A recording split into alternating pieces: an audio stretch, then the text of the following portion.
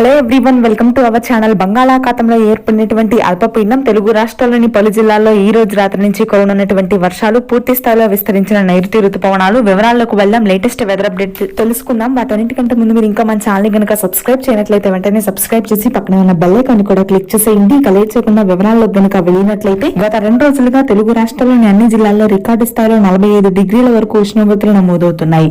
అయితే రానున్నటువంటి 3 రోజుల పాటు కొంతమేర ఉష్ణోగ్రతలు తగ్గి పలు ప్రాంతాల్లో మోస్తరు వర్షాలు కురుస్తాయని వాతావరణ కేంద్రం వెల్లడించింది. ఈ రోజు రాత్రికైతే ముఖ్యంగా నెల్లూరు, ప్రకాశం, కడప, కర్నూలు, అనంతపురం వ్యాప్తంగా మోస్తరు వర్షాలు నమోదవుతాయి. ఇక రేపు తెల్లవారుజామున గుంటూరు, కృష్ణా, కోనసీమ ప్రాంతాల్లో సముద్ర తీరానికి దగ్గరగా ఉన్న ప్రదేశాల్లో మాత్రం చిరుజల్లులు నమోదయ్యే అవకాశాలు ఉన్నాయి. ఈదురుగాలులు మాత్రం అత్యధికంగా ఉంటాయి మధ్యాంధ్ర జిల్లాల్లో. ఇక ఉత్తరాంధ్ర శ్రీకాకుళం, విజయనగరం, విశాఖపట్నం ప్రాంతాల్లో వర్షాలు కురవడానికి మరొక 2 రోజుల సమయం అయితే పడుతుంది. జూన్ 19, 20 తారీఖుల్లో వర్షాలు మొదలవుతాయి. తెలంగాణలో కూడా దాదాపుగా జూన్ 19 నుంచి వర్షాలు కురుస్తాయి. హైదరాబాద్ పరిసర ప్రాంతాలు, నల్గొండ, కరీంనగర్, వరంగల్, అర్బన్ ప్రాంతాల్లో చిరుజల్లులు నమోదయ్యే అవకాశాలు ఉన్నాయి. మిగిలిన అన్ని చోట్ల కూడా రేపు ఉష్ణోగ్రతలు ఉక్కపోత అత్యధికంగా ఉంటుంది. తరువాత నైరుతి రుతుపవనాల వర్షాలు భారీగా కురుస్తాయి. ఇది ప్రస్తుతం